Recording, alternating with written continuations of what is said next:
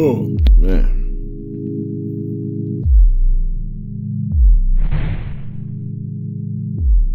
New York City pastor is sentenced to 9 years for fraud, including taking a single mom's $90,000. Lamar Whitehead, a flamboyant pastor who made headlines in 2022 when he was robbed during a live stream church service in Brooklyn, and then became the target of criminal charges himself, has been sentenced to 9 years in federal prison. U.S. District Judge Lorna G. Schofield imposed the punishment on Monday after Whitehead was found guilty of numerous fraud and attempted extortion charges, along with lying to the FBI. Prosecutors portrayed the 45-year-old church leader as a grifter, taking money from his followers and demanding money for what he claimed was influence over New York Mayor Eric Adams. Threw him right under the bus, huh? Thought that was his homie. Lamar Whitehead is a con man who stole millions of dollars in a string of financial frauds and even stole from one of his own. Y'all know me in these words. Don't judge me. One of his own followers. Anyway, the pastor's attorney, Don Florio, said in a statement to NPR that while we are deeply saddened by the outcome, Whitehead maintains his innocence. We will explore all available legal avenues to ensure that justice is served, Florio said, adding, we will immediately begin the appeal process. Whitehead was found guilty of bilking. We're going to say he milked the cow. A single mom. A jury found Whitehead guilty in March of all 5 criminal counts against him. During the 2-week trial, prosecutors described how in one money-making scheme, Whitehead extracted $90,000 from a nurse, a single mom in her 50s who attended his church, with the promise that the money would serve as both an investment and to provide her with a home. But the pastor spent the money on himself, according to court records. What a shame, he was just running game. I lost everything I had worked for. The church member Pauline Anderson said in a victim impact statement. She has had to pay more than $40,000 in legal bills as she fought Whitehead in civil court. Anderson said taxes and fees have also racked up as she took early withdrawals from her retirement fund. The anguish associated with having to repay taxes on the funds the accused personally spent while I was left with nothing is indescribable, Anderson said.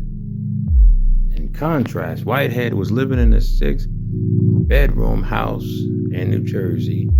I still can't believe that he's from Jersey, y'all. At a recent foreclosure sale, the property attracted a top bid of more than $1.9 million. According to court filings, the pastor's assets also included a 2-building apartment complex in Hartford, Connecticut. Man, this dude wasn't playing. He was trying to really live like he was some type of lavish king or something.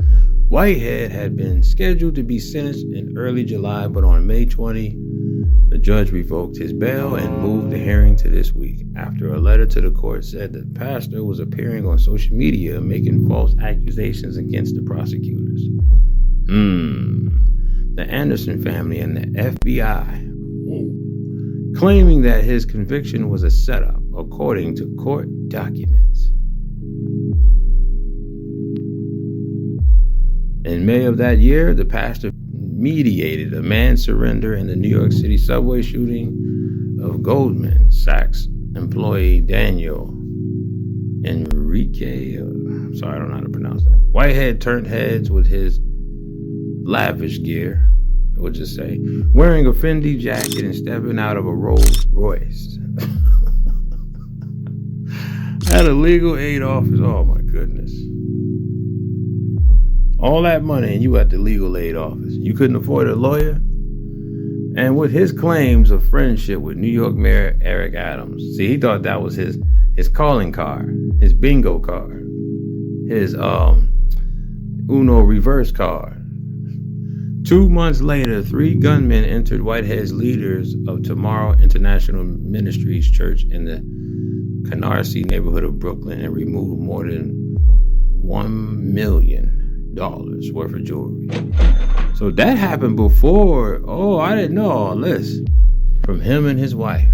Maybe that was an inside job, allegedly.